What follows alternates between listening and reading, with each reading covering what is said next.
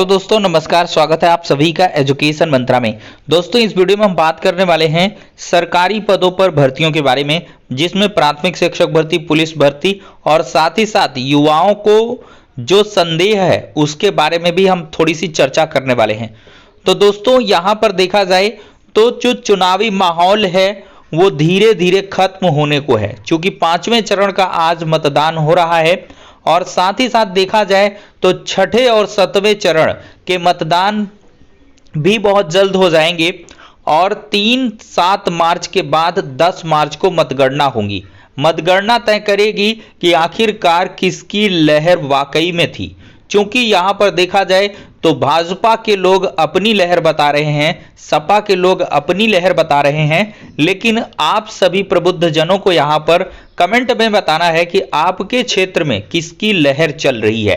तो ये हो जाती है दोस्तों लहर की बात, लेकिन इसी लहर के बीच हमको तो सिर्फ और सिर्फ युवाओं के रोजगार के मुद्दे पर चर्चा करनी है। और रोजगार के मुद्दे पर अगर किसी ने सबसे ज्यादा बात की है तो वो सपा सुप्रीमो अखिलेश यादव हैं। और योगी जी ने अभी लास्ट में 1-2 जनसभाओं से बोलना शुरू किया है, लेकिन अब देर हो चुकी है, क्योंकि 5 चरणों के मतदान यहां पर हो गए हैं। और अब क्या मतलब है, और बहुत सारा जो युवा है वो इसी से खफा भी है और उसने कहीं ना कहीं रोजगार के मुद्दे को चुना है। युवाओं के लिए रोजगार ही सबसे अहम है और इसी के लिए यहां पर पिछली डेट पर ज्ञापन भी दिया गया था सिद्धार्थ नाथ सिंह जी को, और बताया गया था कि रोजगार के मुद्दे पर सरकार के जो भी अग्रगणी हैं या कह लें चुनाव प्रचार में, जनसभाओं में सबसे ज्यादा फोकस में हैं, वो रोजगार के मुद्दे पर चर्चा करें। और इसी के बाद से योगी जी ने सरकारी नौकरियों पर भी बोलना शुरू किया है। लेकिन उसी बीच देखा जाए तो कैटेगराइजेशन में सबसे ज्यादा अखिलेश यादव हैं। उन्होंने हर भर्ती के लिए स्पष्ट घोषणा की है। तो एक छोटा सा वीडियो देखते हैं। बढ़ाई है, बेरोजगारी बढ़ाई है, बल्कि 11 लाख पद नहीं भर पाए ये लोग सरकार के। बताओ 11 लाख पद खाली है कि नहीं नौजवानों? इसलिए मैं आप नौजवानों से कहना चाहता हूं, आप समाजवादियों की सरकार बनाइए। मैं आपको भरोसा दिलाता हूं कि सरकार के जितने भी पद खाली हैं उन पदों को भर करके अपने नौजवानों को नौकरी देने का काम समाजवादी लोग करेंगे। ये जो गर्मी निकालने की बात कह रहे थे,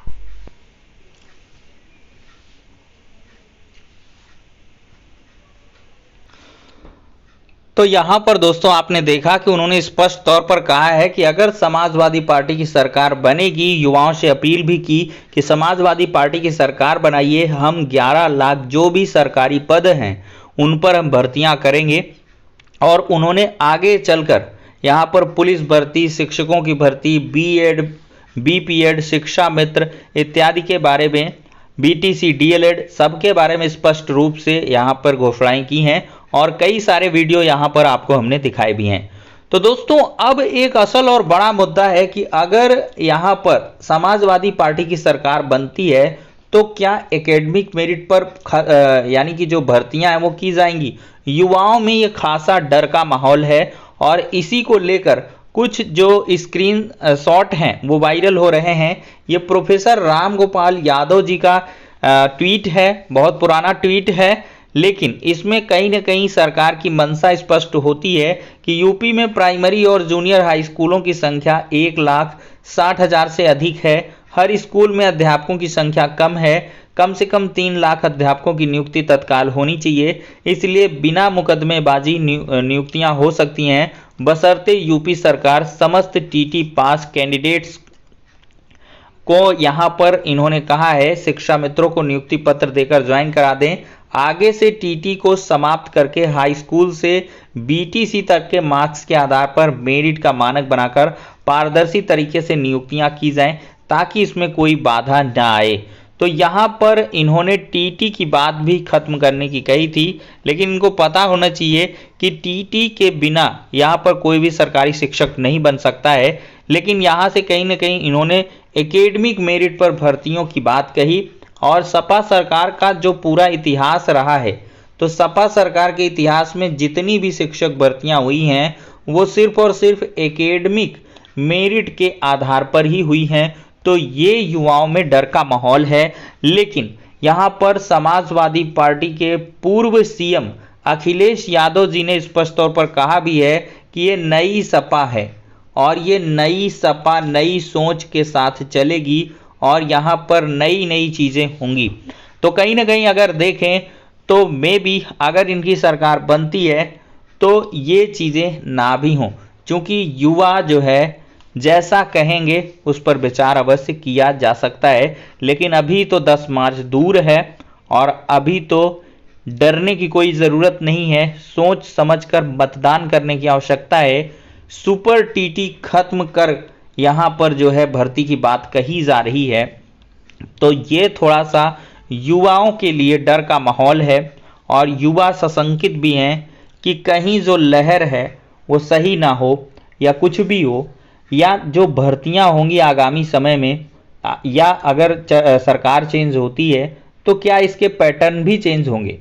तो देखिए दोस्तों, एक बात तो तय है कि यहाँ पर जो भी सरकारें बनती हैं तो वो अपने आधार पर कोई ना कोई चीज़ इम्प्लीमेंट अवश्य करती हैं। तो यहाँ पर कोई चेंजेस हो सकते हैं, लेकिन उसके लिए आपको परेशान होने की आवश्यकता यहाँ पर नहीं है। सबसे बड़ा और असल मुद्दा ये होना चाहिए कि आपके मुद्दे को यहाँ पर हवा दी जाए, चाहे वो जो भी पार्टी हो, सबको यहाँ पर रोजगार पर चर्चा करनी चाहिए। और कहीं ना कहीं सीएम योगी आदित्यनाथ जी ने भी इस पर चर्चाएं करनी शुरू कर दी हैं। तो ये युवाओं के लिए एक पॉजिटिव जो है खबर हो जाती है। तो दोस्तों, ये कुल मिलाकर बात है।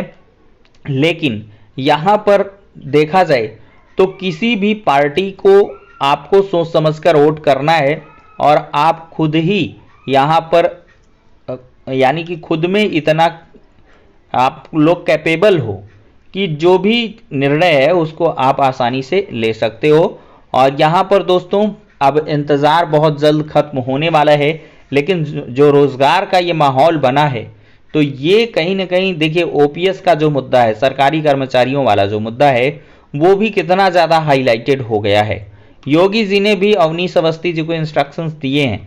तो कहीं ना कहीं जब रोज़गार की भी जब इतनी ज़्यादा बात हुई है, रोज़गार जैसे बड़े मुद्दे हैं, और इस बार का जो चुनाव है वो कांटों की टक्कर भरा है, चाहे वो सपा के लिए हो चाहे भाजपा के लिए हो। यहाँ पर कोई भी प्रेडिक्ट नहीं कर सकता है कि किसकी सरकार बनने वाली है। यही होना चाहिए, हमेशा से ये होना चाहिए कि एक तरफा चुनाव नहीं होना चाहिए। एक चुनाव लोकतंत्र सशक्त होना चाहिए। इस बार मतदान भी बहुत ज़्यादा हुआ है, तो ऐसे में देखते हैं कि किसकी सरकार यहाँ पर बनने वाली है। तो फिलहाल के लिए दोस्तों इस वीडियो में इतना ही, नेक्स्ट में मिलते हैं।